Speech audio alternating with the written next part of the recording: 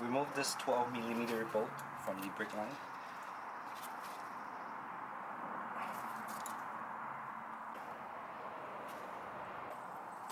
Okay, so for some reasons it's a 22. Should be 21.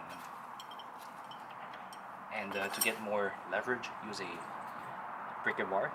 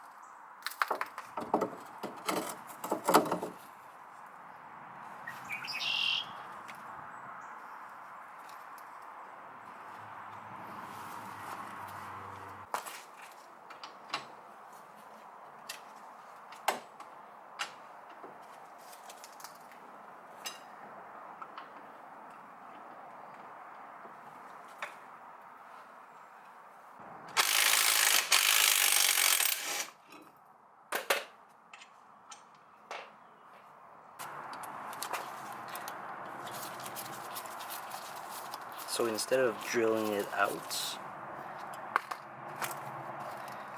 I used the grinder and made a notch for the Phillips. Like this.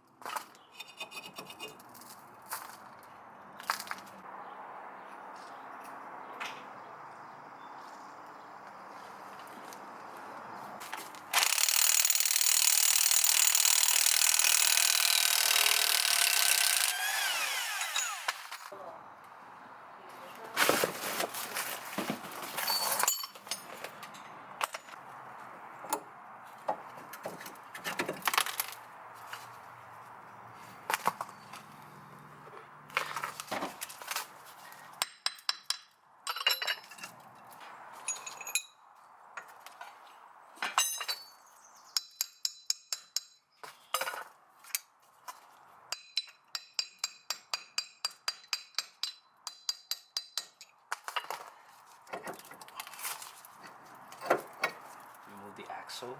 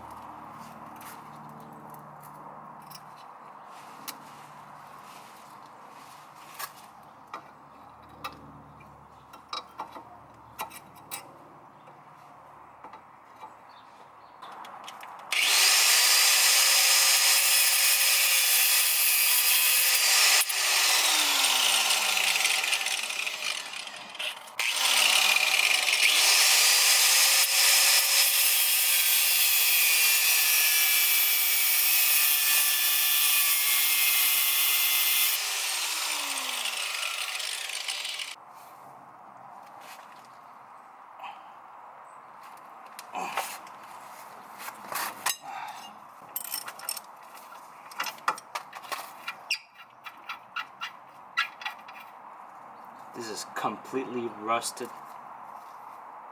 like crazy. Place you want to install this tool. So that's how you do it. And then you use a hammer to force it in. Well, not force it in, but make it fit better.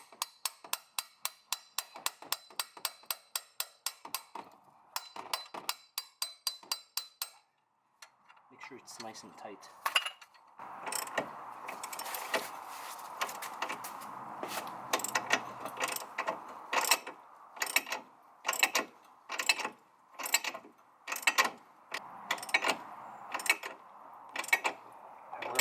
wearing my glasses in case of explosion like this. So there you go, it popped out, and that's how you get off a ball joint for a Honda Acura. I know it's, you know, it's a lot of process, but it's easier than you think. If I didn't have any trouble with the rust and everything, it would be easier. So try to take a box like this so you can work on it. So like this. So like this. On every Acura, Civic, or Honda Civic of this generation, it is stupid. This is plastic. The ABS sensor is plastic, and within the sensors, plastics as well. So it's pretty much stuck. There's like almost no way to get it out without breaking anything, and then you'll have to re-drill the hole. So this method right here allows us to not take off the stupid ABS.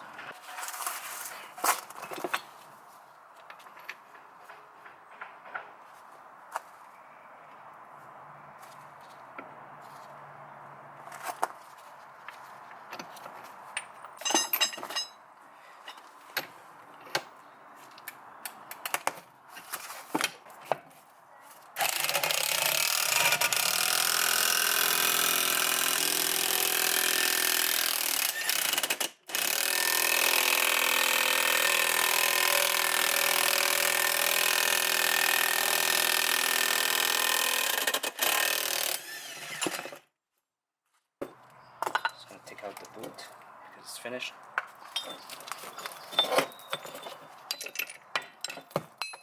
Well, there you go. Easier than I thought.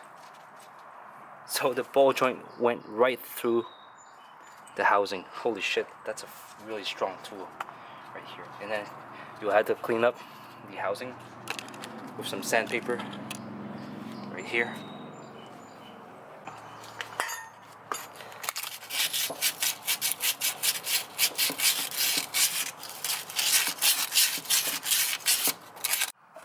So today I'm using Pro-Forged ball joints.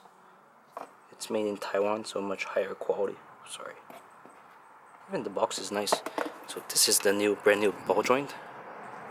As I can see, the quality is pretty good.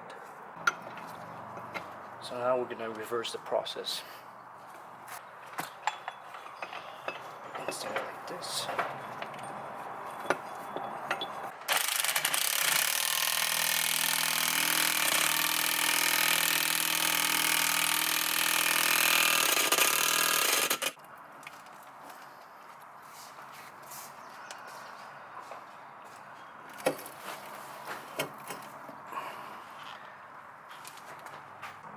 So now I put some NTCs all around these places where the bushing, the ball joint will seat. Hopefully in the future it'll be easier for me to remove.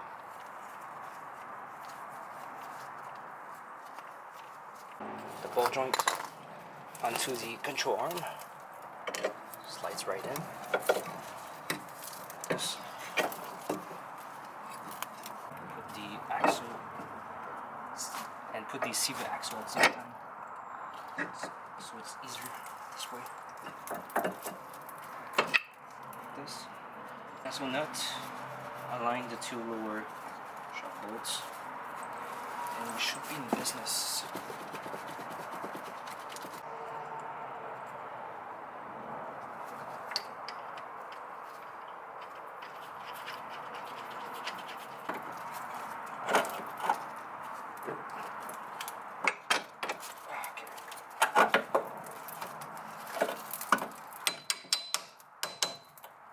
Alright, got it. So it's basically the reverse of everything.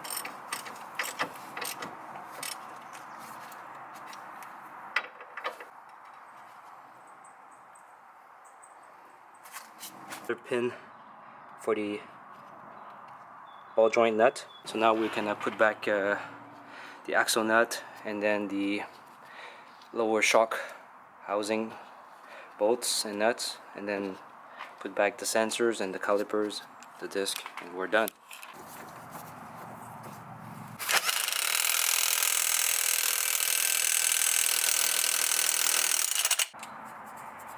Right here, right here, just a tiny bit. You don't have to be too much. In case you have to work back on this and or you're gonna change the rollers, at least you'll have something on it. So now we're gonna put back the bolts because we don't have the front disc in the way. So we're gonna take this chance and make advantage of it. 19 wrench. This. Actually, I can use my impact, electric impact. It'll be easier this way.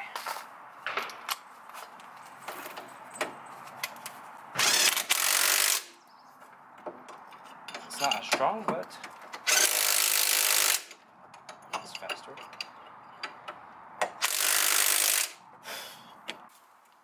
Okay, side. Okay, so I'm gonna put back the disc.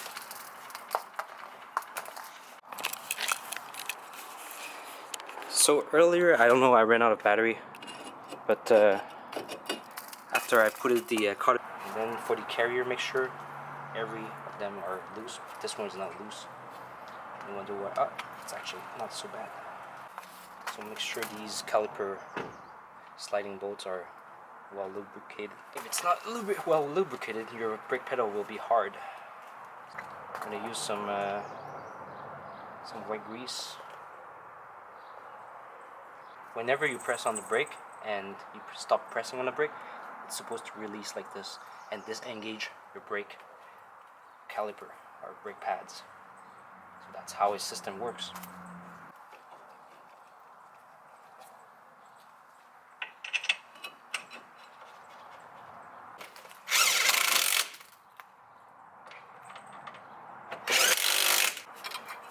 This way allows me to put back the caliper easier. As you can see, to slide this back in.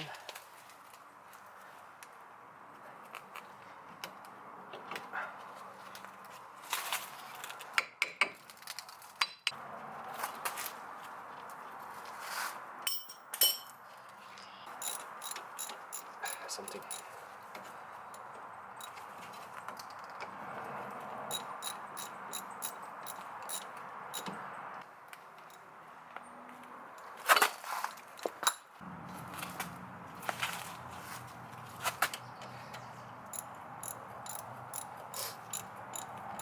Sometimes if your bolt is broken, you can just use tie wrap for the brake line. It's not the end of the world.